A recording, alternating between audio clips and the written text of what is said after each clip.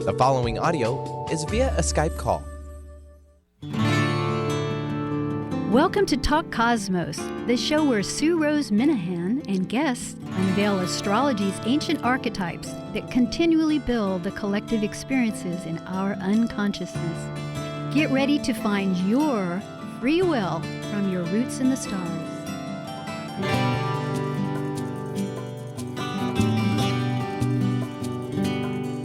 Hello. This is Talk Cosmos, Sue Rose Minahan, host, and today is November 16, 2019, and we repeat next week on, 5 days more on the 23rd.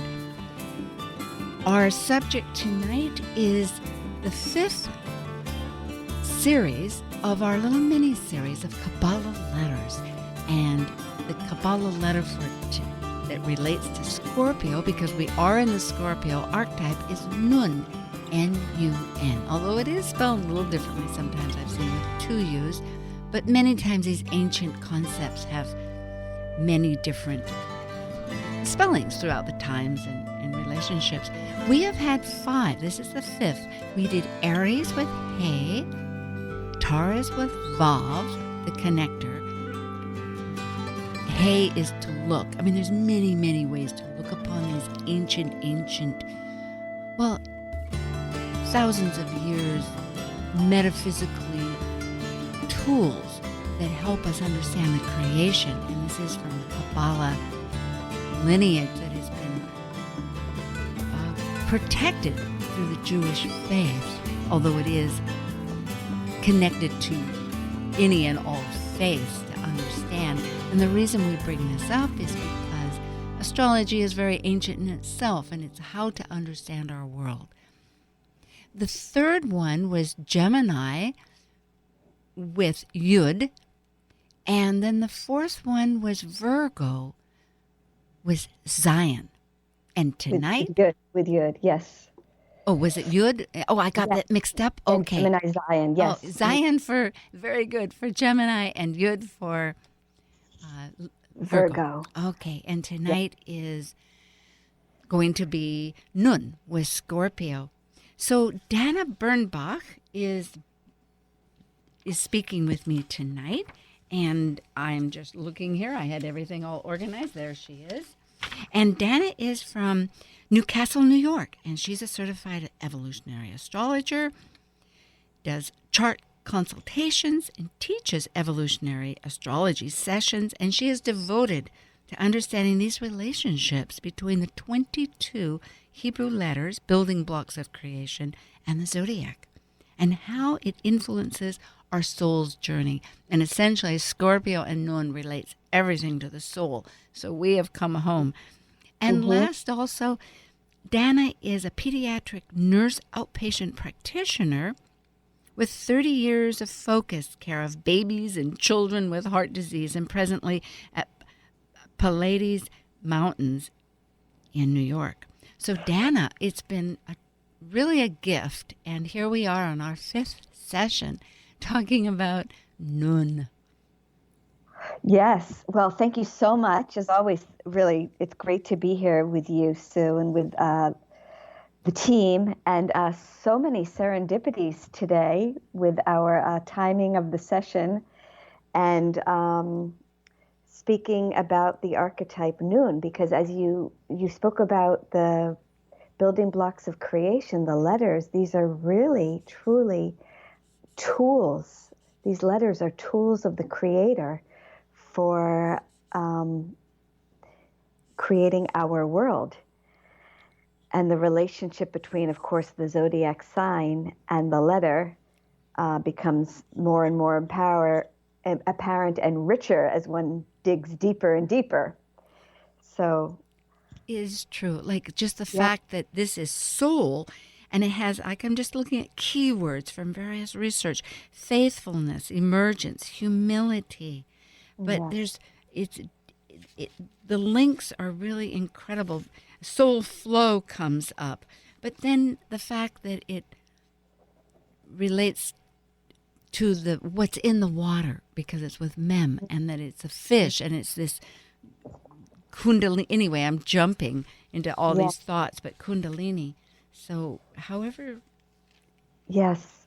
I mean, it's so in keeping when we're talking about water, the waters, the creative fluids, that we so many associations become apparent all at once, the fluidity of the whole subject. But we are in our fifth session, of course, and the 5 relates to the sephirah, the sphere on the tree of life of Mars, which, as we know, corresponds with Scorpio, Aries, and Scorpio. The Kabbalists do use the traditional planets still, even though more and more we're incorporating the trans-Saturnians as well. But I think for sure the archetype Nun is in Scorpio very much relate to many aspects of Mars, the water principle, but there is a fiery element too within the sign of Scorpio. And it's because of its relationship with Mars. I'm glad you brought this up. I was curious as I was going along. I had seen something about Mercury with transmutation, but the Mars and the 5, thank you for that. And it is like fiery waters is for what I was reading about too. Yes.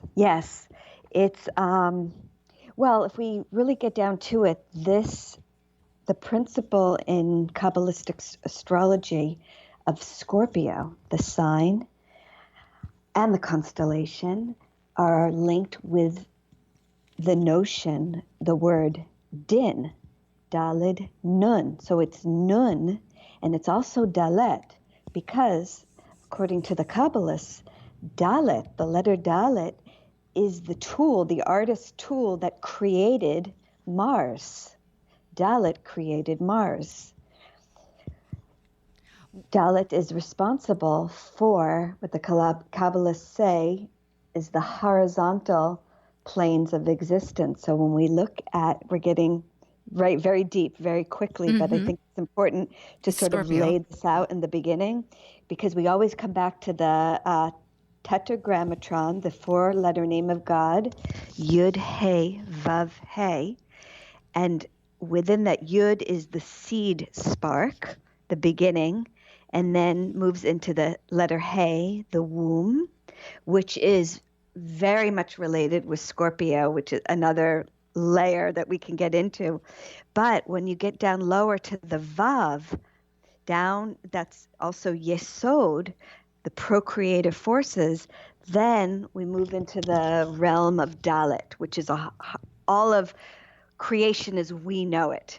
So Dalet means door, the door, and it's the door down into these worlds, these planes of existence, and it's the door back up to the highest levels on the tree of life.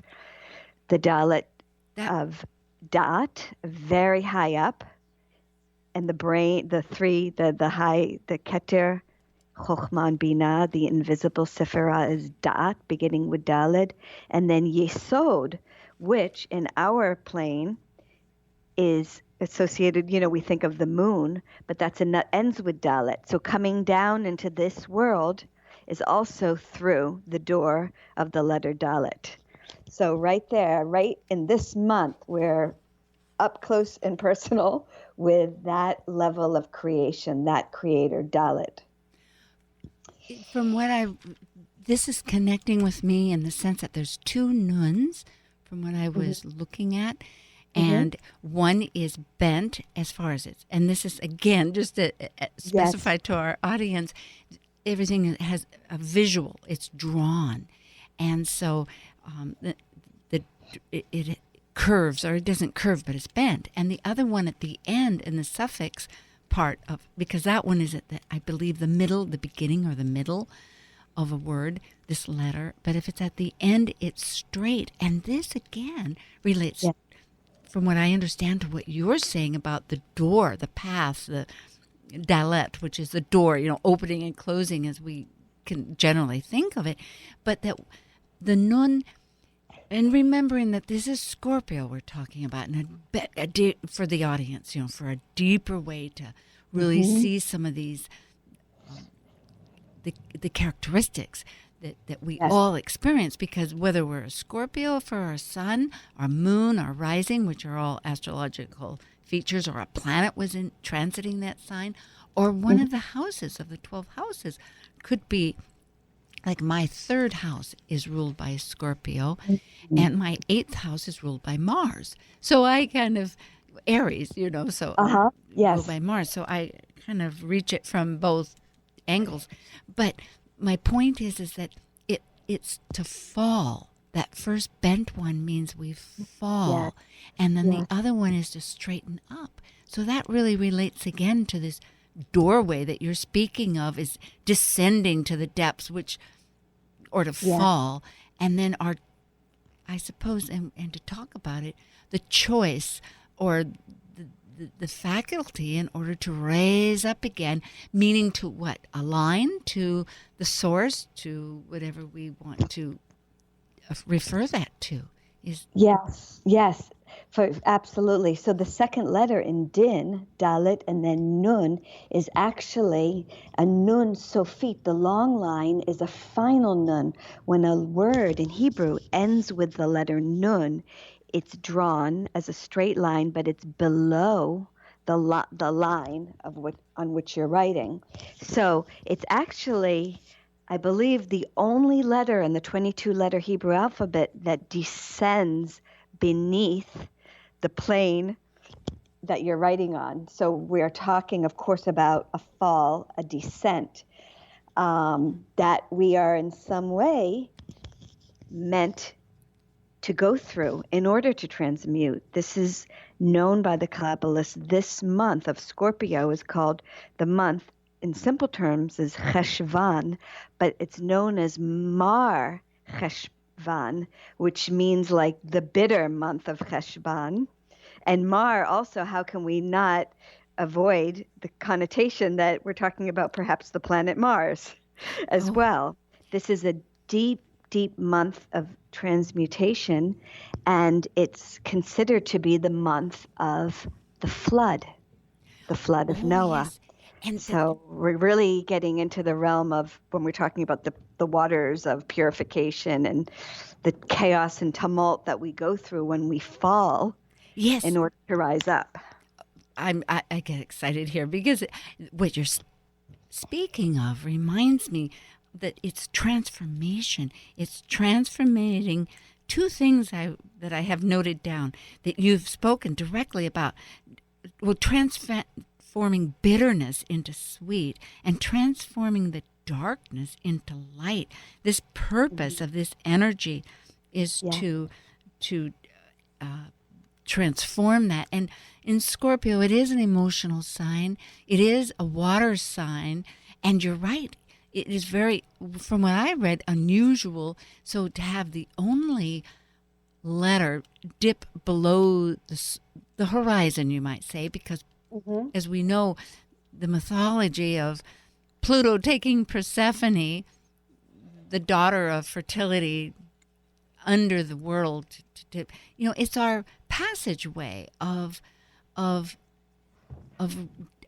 purging, when you, like the flood, of getting rid of what doesn't work, to rebirth. Yes, and it really goes back to what we've been speaking about since the beginning, our first session, the notion of raising the sparks, the shells. In Hebrew, they say the klipot. The Gnostics would probably call it the archons, but the dark forces. To raise, that's part of what we're here, is according to this view, this tradition, is to raise the sparks, bring everything back together into unity. All the shards that were fractured. Yes, because it fell. Reminds me again and again when I hear general astrology speak that the pathway from Aries to Scorpio is one of the personal, although it is above the horizon involving other people. But the point is, are we going to live or are we going to die? And I know for people not to take this absolutely literal, although it can be, but that whatever energy it is that got started with that spark of fire in Aries, by the time it gets to by the time it gets to Scorpio, did it have enough energy to really flourish and be alive? Otherwise, over and out, and we start a new one. So that it really is a matter of that rebirth of really having sense to it. And when you mention Kliput, Kilput for our audience, that's like a shell. So yes, it is like what barrier do we have between us and the light? That could you look at it that way? Yes, that's fascinating. And because there are klipot, I mean, we tend to see something as the klipot, the dark shells, as something scary, right? And other. But we have klipot when we eat a piece of fruit. We take this. It's the same word. We peel the klipa from that surrounding, and in some ways protecting the essence of the fruit. We have klipot on our bodies. Oh, yes, the skin. Our nails, our skin, we shed our own skin. And it's ruled by Saturn, the structure. Yes, we need to have containers. I mean, whatever. It's Yes.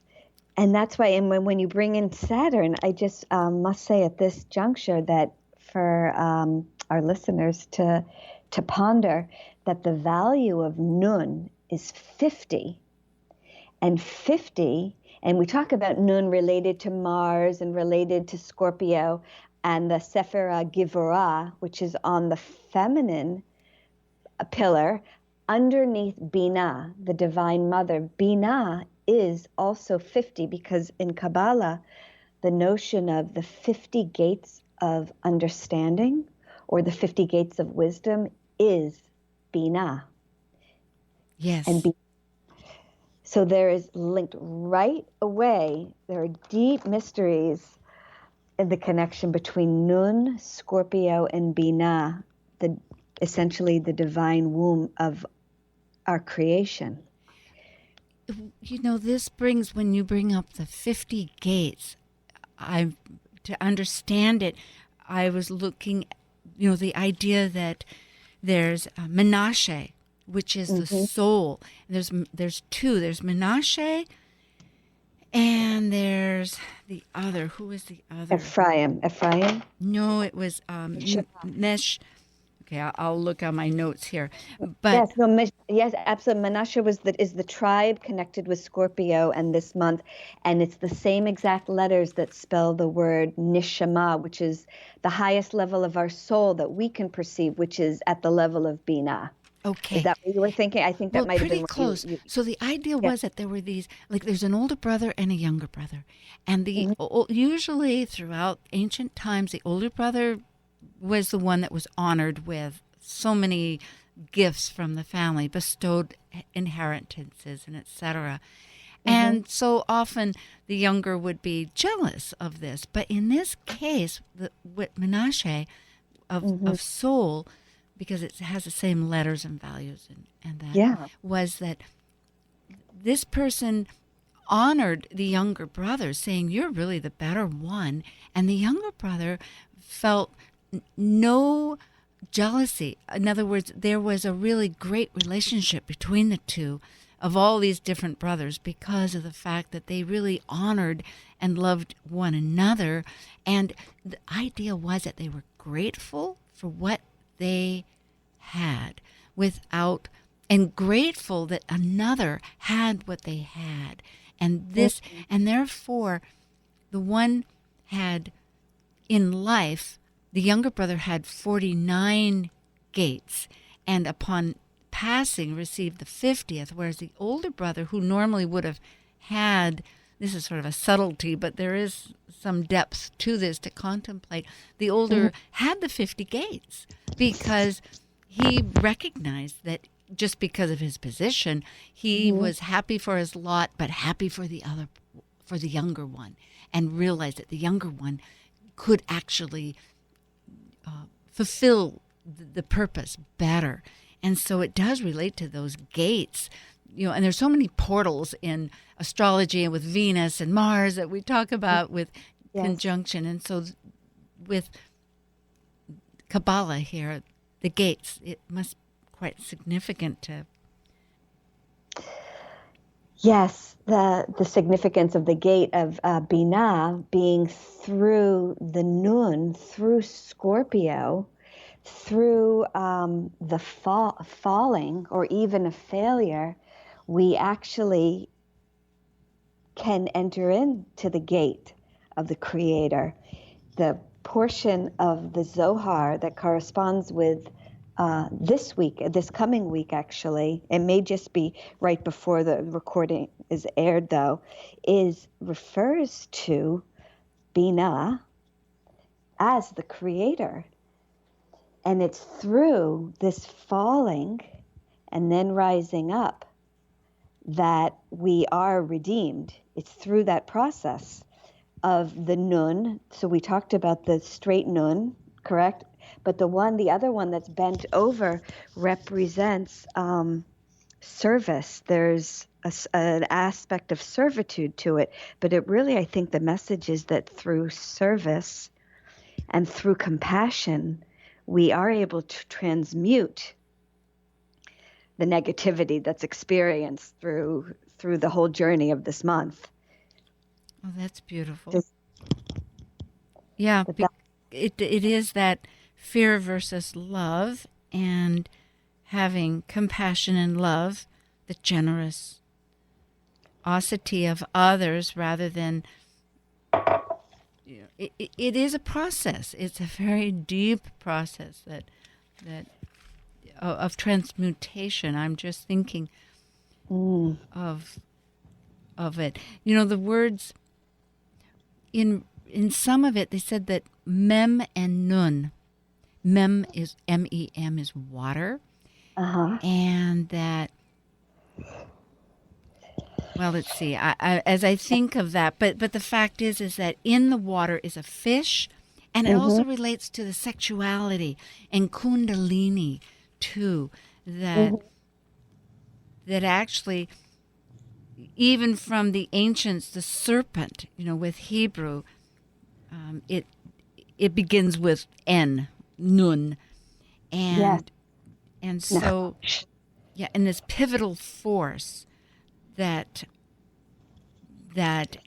of the Kundalini is that force up the spine, is sexual energy transmuted, and that all of this, and the fish representing something in the water, and the sexual unity, like you had said, unity, but for creation, it is in many ways looked upon as energies that are masculine, feminine. Uniting to create in the central pillar, which is so apt that you brought up the spine, because the Nun also connects with the spinal cord. And it is such a deeply generative, creative sign, the Scorpio, when you rise to the level of generativity.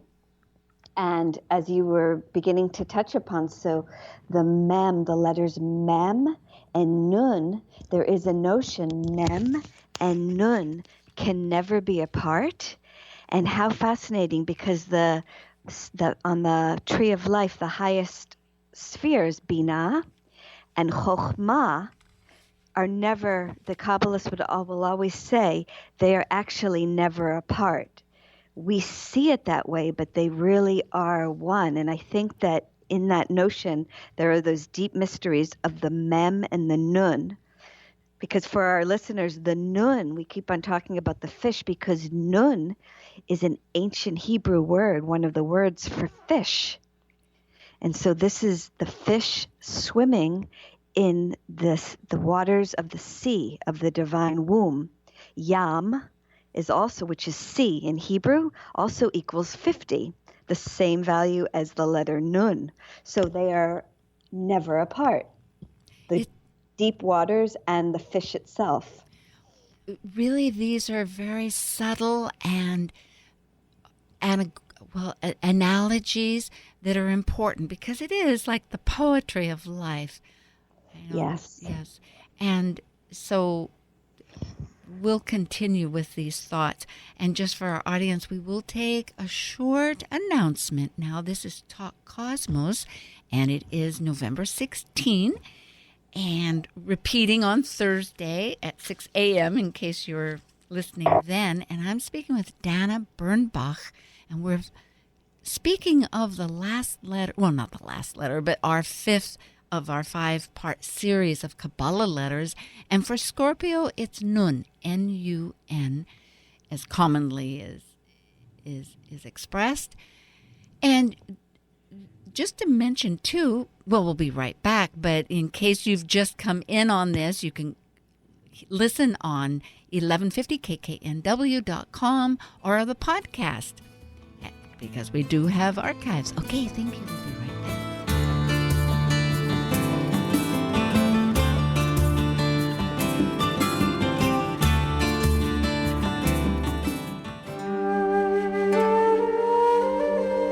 While we take a break from this week's edition of Talk Cosmos, let's take a look at this cycle's archetype.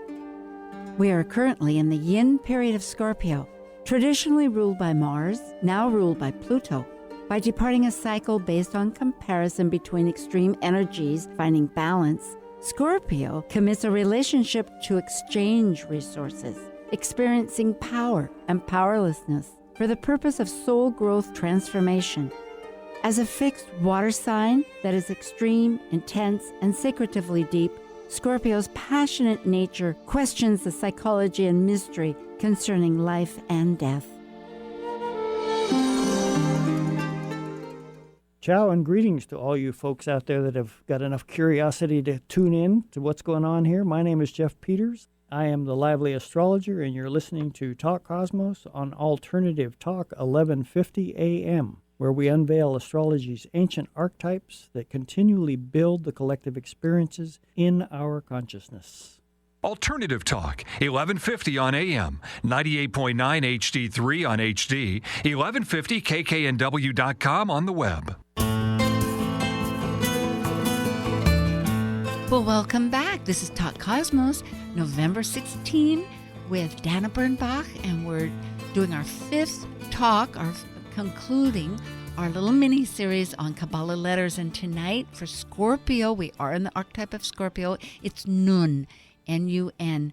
And to remind you, too, that you can always connect these live at 1150 KKNW at the time that we're presenting them, which is Pacific Standard Time now. Seattle has returned to that on Saturday, or 6 a.m. on Thursday with our repeat show. But also sign up. I have a wonderful announcement that I send out weekly, and you can always subscribe for announcements. And if you're interested in finding out about our guests, our Talk Cosmos will give all that information about the show and about the speakers. So, Dana, we have been talking about Nun and the depth of the bent, that the fall, and it's a stage of digestion. It's a process, like a fermentation or corruption. You know, I was just looking at a book that was in our free library about from time, and it had to do about fungi, and it was saying that fungi might actually overcome, well, this is not well put, but in other words, we think of humans as top of the chain, but there's so many fungi, and fungi totally transmute. They take something like tar and can make it a benign product of total transmutation. So in some curious way, I was thinking, oh my goodness, because Nun is that deep, as you said, it's the only letter that is below the surface, and Scorpio is the depths.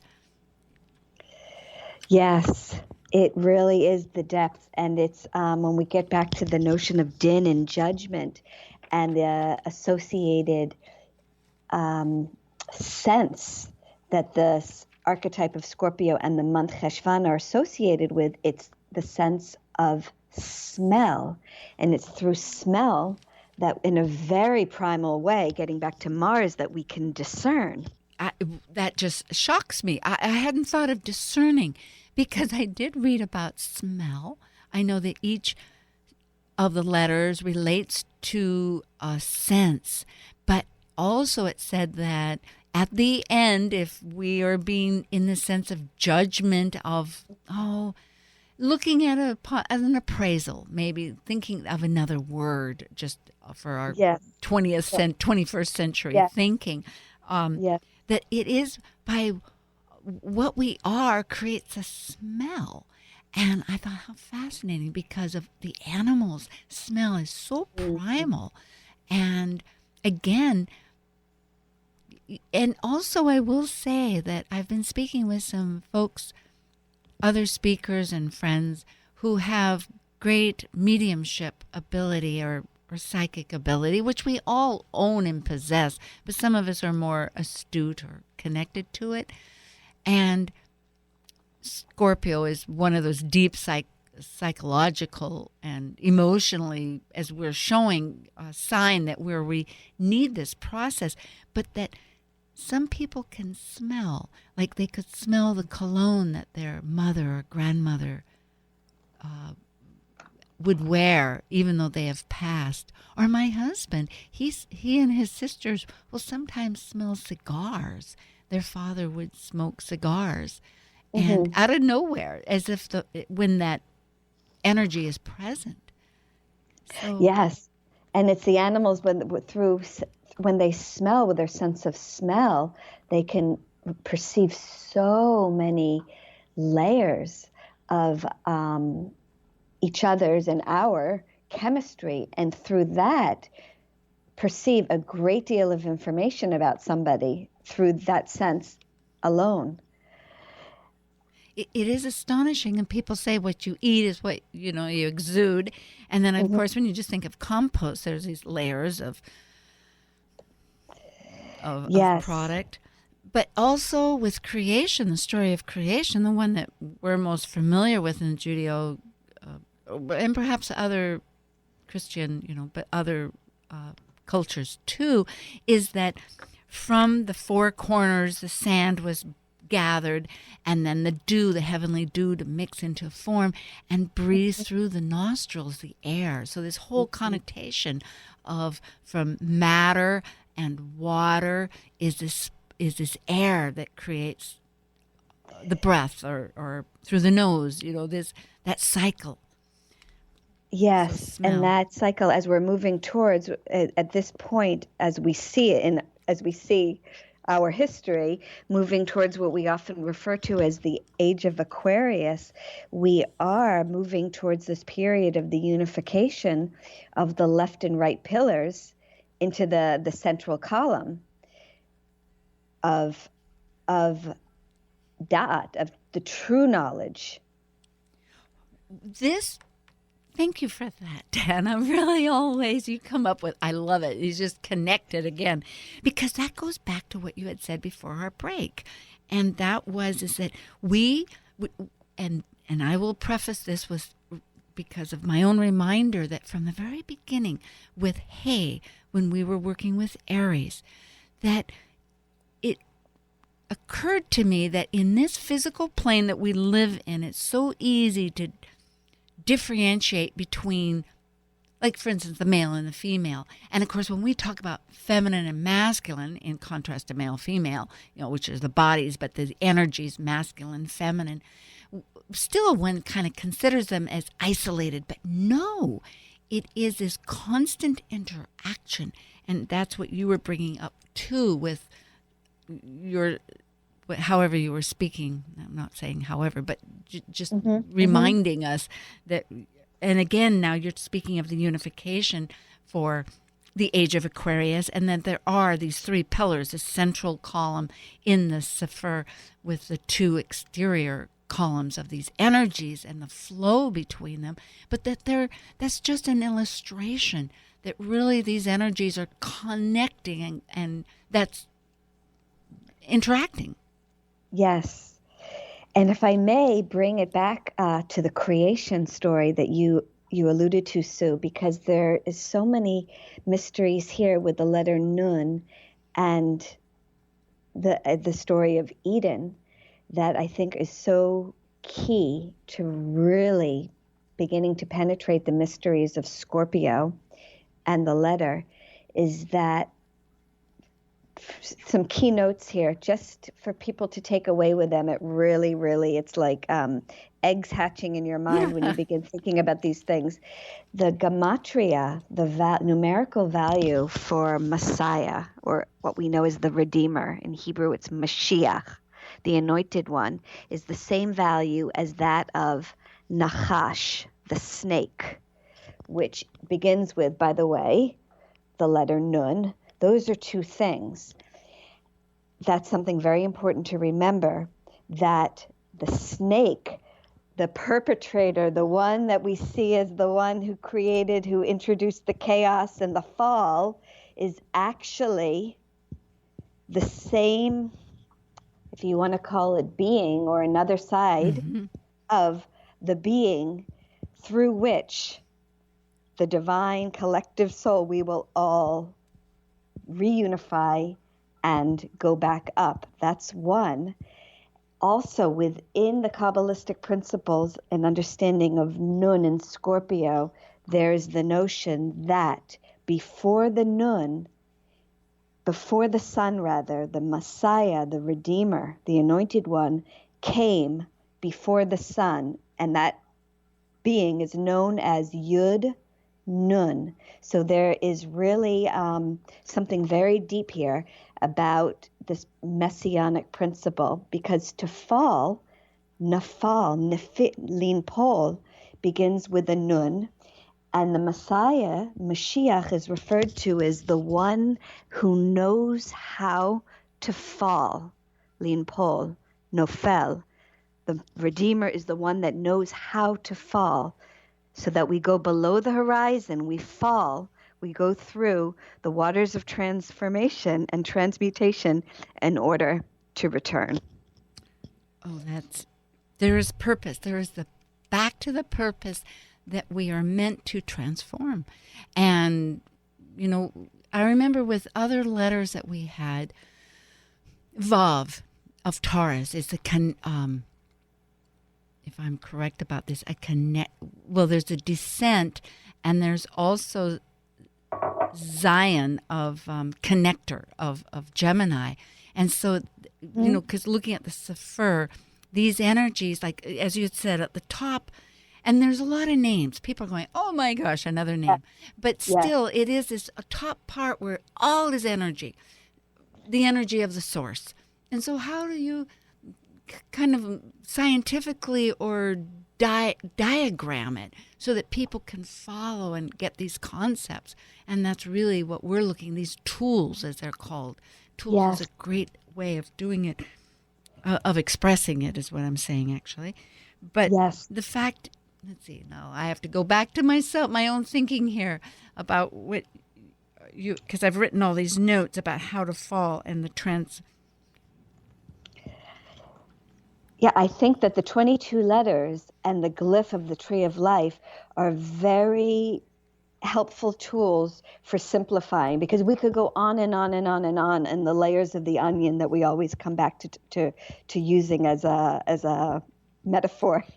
And it probably more likely is like an onion, but in order for people to have a way of reaching in and beginning, the letters and the Tree of Life diagram are so helpful. It is a simplification. Yes, and going back to now I'm looking at my notes here, I think the Eden and the river, because there are these rivers, and the river is really within ourselves. That was something, too, that I was reading. I thought, oh, my goodness, I love that whenever it returns to the internal rather than the external. Because, and the 50 gates, and humility, that's a word that stands out as to realize that through, I think, as we were mentioning, that as we fall and we wonder, Because life is emotional. We feel, and it has meaning. What we remember is how people made us feel or how we feel. It's not just intellectual. And so figuring out our place, like the two brothers, to have gratitude eventually, not just on a mental idea, but to really feel that gratitude for what we have and also appreciation for the success of others, which in a sense is humility. Yes. Ooh, there's another word that comes up, and that's deceit, because what it's saying is that the way we perceive things, that we think it's all controlled by nature, but it's a false reality, and that the mission is to reveal and draw the source is infinite light down into this world and see the true reality of the world. Yes, I mean, that's always something that, and we spoke about this, I think, last time in the beginning with Virgo, but the notion of this world as an illusion, and yet there's this Kabbalistic notion that we are absolutely here. There are blinders, there are veils of illusion for sure, but we are here absolutely to bring light into the darkest, in what we would, for lack of a better word, or lowest places. That is part of this sign. The 50 is a number that is just above nature. So there's the creation, what we see as nature, but the creator at the level of Binah is above nature. So we really are, this is how we raise the fallen sparks.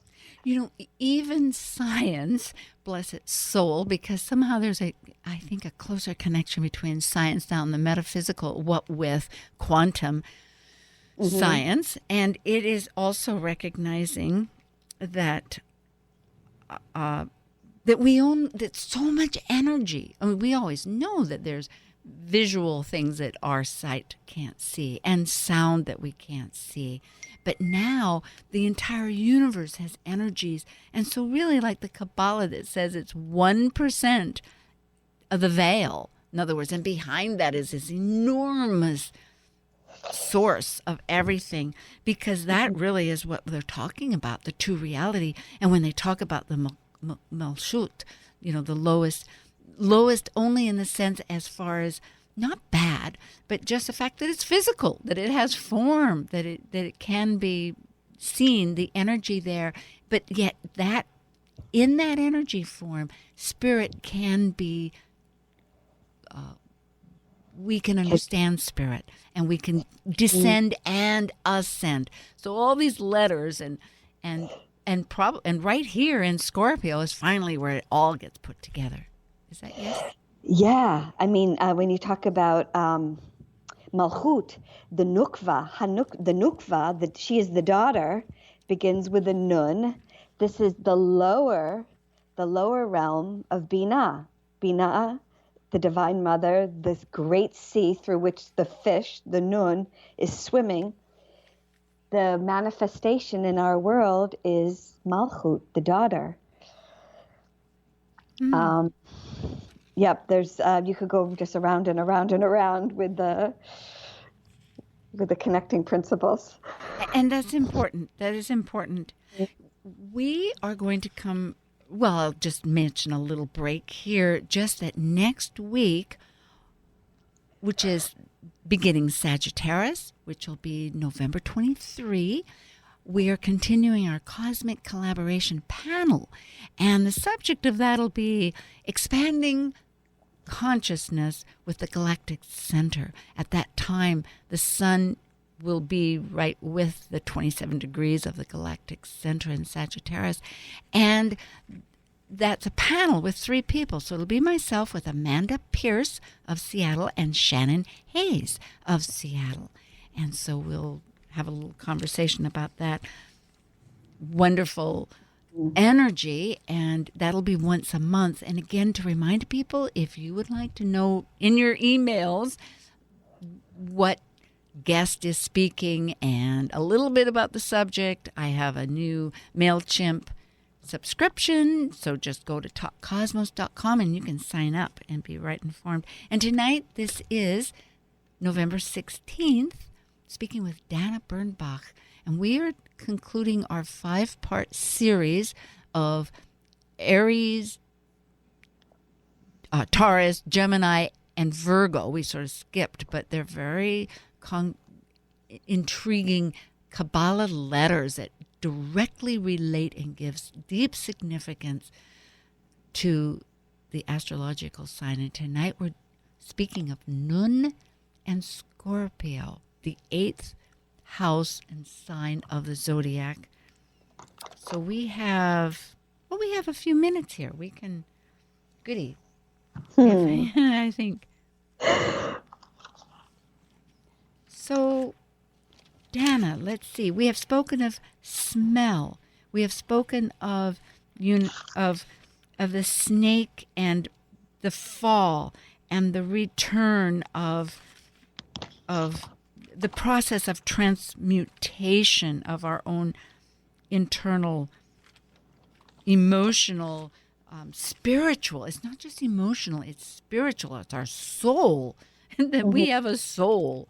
And we want it to grow. In Scorpio, it must grow, or else it's the end of it. And so I think that's really, that connects it. It either falls, whatever it is, or we find, because we're related with other people's resources, we find new depth and new alignment, and it resurfaces and connects in unification.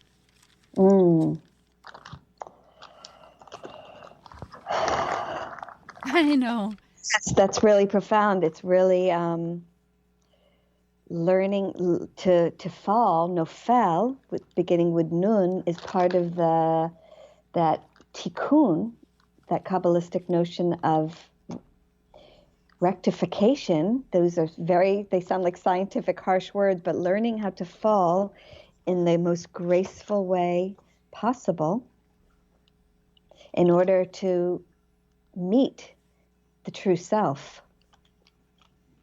It's like the two aspects of Scorpio. There's the level of the snake that fell, if you see it that way, and travels on its stomach. And then there's the Scorpio aspect, the eagle, that from the heights. And the eagle is a symbol through which Binah and the Elohim are often seen through. The eagle that watches over its young from the heights, from the highest levels of the heavens, and can see everything, can perceive a dot on the ground, That is the most elevating aspect of the Scorpio sign. Yes, I was thinking the snake sheds its skin, and so it's such a as a symbol. I mean, Hermes has a caduceus with two snakes intertwined, the masculine and feminine looking at each other. The same concept, very ancient, going back to Babylonia and before that, probably, So, but the tikkun, this other way of speaking, that doesn't tikkun also relate to our south node and our north node? Am I correct? Well, that's part of it when we're working on alignment and sort of rectification of if you see karmic retribution and all that kind of thing. There's that tikkun. That's the vocabulary of the Kabbalists. Yes. Your soul has a tikkun with this, or your soul, there's a need for you to make tikkun with that. That's the language. That's the word that's used. Correction, in a way. Correction in a sense yes. Fulfillment. In other words, if we just, and really this does bring back to Scorpio, because Scorpio is soul. The soul wants to grow. And so in all of this process, if we have accomplished and have something fulfilled totally to its end, It can support to a certain point, but after a while, the energy wants to reach out further. It wants to go deeper. It wants that another to peel off the onion, or however we want to look at it, and get more meaning or more connection beyond what we see into on the mysteries of so many mysteries. I mean, I think of the Kundalini mystery of the spine and the connecting all these energies of thought. But the point is that it's so, I'm trying to expand on the word of correction. Like people go, oh my goodness, correct your, judgment. But these are measuring points just to kind of guide us in this process. I mean, it really can, you can think of it in terms of transmutation also, and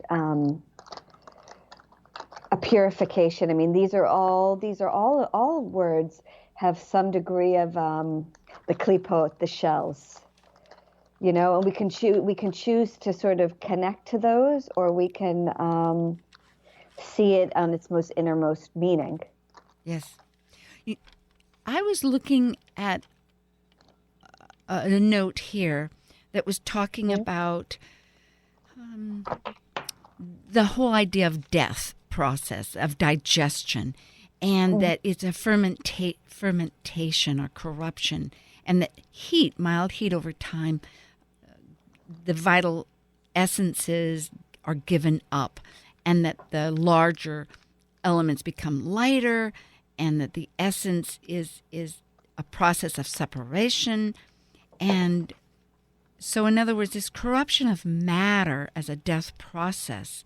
So, in a sense, that too relates so that these forces can rise. I was thinking it was an interesting kind of diagnosis of digestion or of death. That it really is. I mean, the GI tract is that system in the body that very much deals with digestion, of course, transmutation, releasing the klipot, what's no longer necessary, what the body doesn't need, or what's not healthy for the body, is excreted as a normal process. But also when we get sick, when we ingest something that has a poison, or we contract a virus, one of the main ways that the body releases that is through we excrete it, or we throw it up. That's the way that's the GI tract. When we have it, so much deals with those elements of the klipot. I mean, that when you're having a certain surgery, when you're dealing even with our own body, if you're having surgery on your heart, they will never work on the digestive system at the same time, because it introduces the dark into the heart. Ooh. And will contaminate it. So that's within our own body is a compartment that is engineered to digest and transmute the klipot. Oh, the shell, the barrier of what is stopping us. Well, that's so interesting, particularly with your many years of heart pediatric work. This is very astute. And I was just seeing here that brings back to smell, because of the fact that there's no toxins. I was reading from that, another connection, because it's true, the digestion has either it feeds us from some nutriments, and then we excrete what is toxic. Or what's no longer necessary, or what's extracted. Yeah. This is why Virgo and Scorpio are both so related with that discerning process that the GI tract, the gastrointestinal tract, deals with.